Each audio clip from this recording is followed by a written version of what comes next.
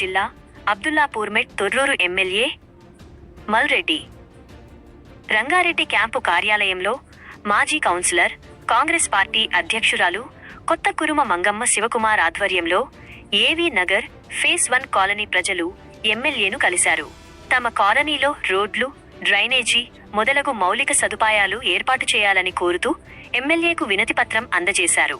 దీనిపై సానుకూలంగా స్పందించిన ఎమ్మెల్యే వెంటనే సంబంధిత అధికారులకు చర్యలు తీసుకోవాల్సిందిగా ఆదేశాలు జారీ చేశారు. ఈ కార్యక్రమంలో కాలనీ అసోసియేషన్ నాయకులు, కాలనీ అధ్యక్షులు పెద్దింటి పవన్, ఉపాధ్యక్షులు అమ్రవాది యాదగిరి, ప్రధాన కార్యదర్శి ఎన్ శ్రీనివాసరెడ్డి, తెలంగాణ ఉద్యమకారులు, సీనియర్ నాయకులు మరియు colony association adviser S Chandrakanth Reddy, Anil Goud, Ramesh మరియు కాలనీ ప్రజలు అధిక సంఖ్యలో పాల్గొన్నారు.